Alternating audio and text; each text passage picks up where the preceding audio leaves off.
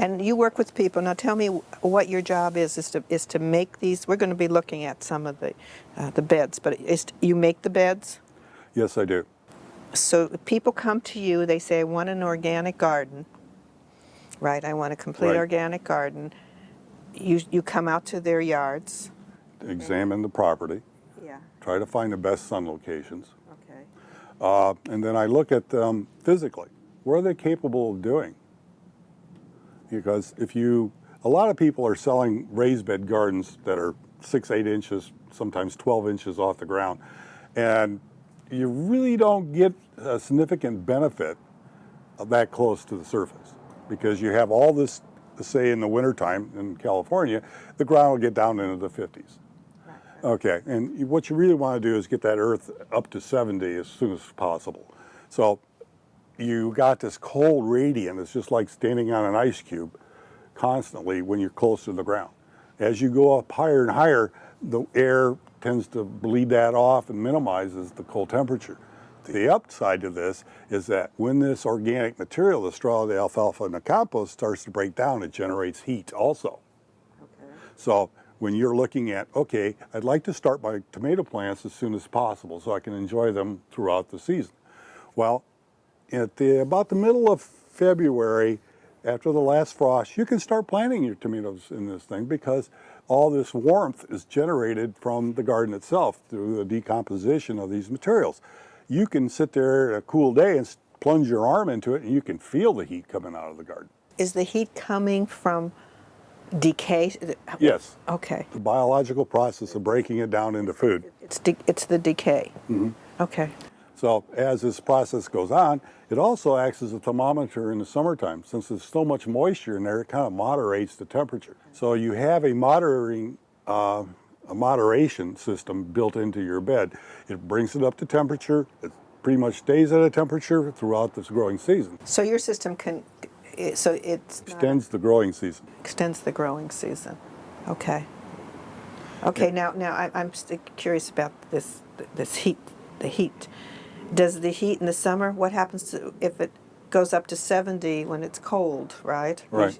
What happens to it in the summer when it's really, really hot out here? Well, that's the beauty of the water, because that evaporates. If you, for example, I think everybody's familiar with misters. Yeah. All right. Well, what you got going on there is when that water hits you, you have evaporation. It gives you the sensation of cooling down. Right. That's the same thing that's going on in this huge reservoir of water. It isn't like it's a pond of water. It's like a sponge of water, and the moisture comes out of it throughout the day because of the heating process. So it moderates the temperature in the bed. So the stuff in the ground is going to get hot, and this is going to be moderate. You use all organic everything. So how do you keep worms away from tomatoes?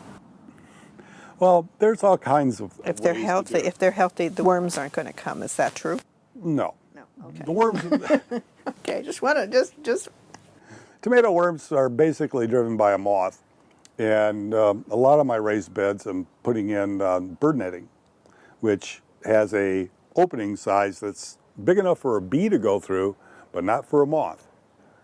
If you don't have the moths in there laying the eggs, you don't get the worms. So do you use this netting, netting? Basically bird netting. You can find it in any of the home stores that you can find. You know, some people use PVC pipe to build a frame and hang the netting on. I've done that also. I'm looking at more aesthetically pleasing things at the moment, using wood poles to do a frame for it.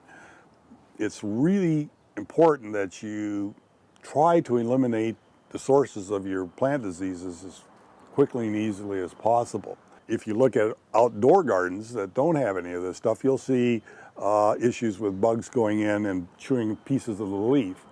Well, when you have a good organic system going on, you use this compost and material to activate the plant's immune system.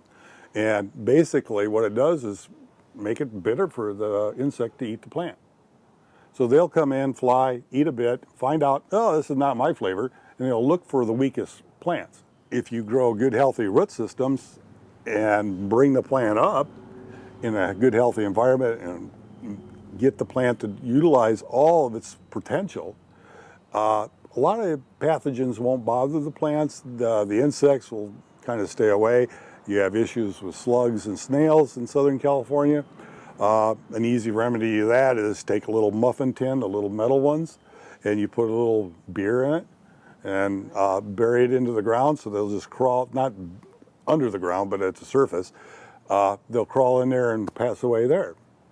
And that will reduce your slug and snail infestations. And when you're working with someone like me or other people who don't really know that much about their gardens, you come in, you talk to them, you work out a plan, you build the beds, right, or whatever they need.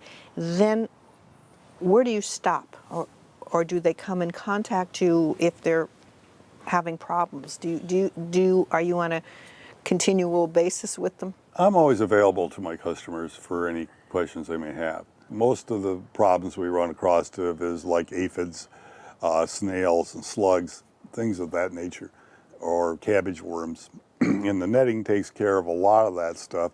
The aphids are small enough to go onto the plants, but I use a concoction with a little soap and neem oil to spray on there, and it sticks to their wings and they're gone. They're gone. Okay, okay. Well, let's look at what you've done. So now that you've explained this, you've given us a big overview. Let's go look at the plants. All right.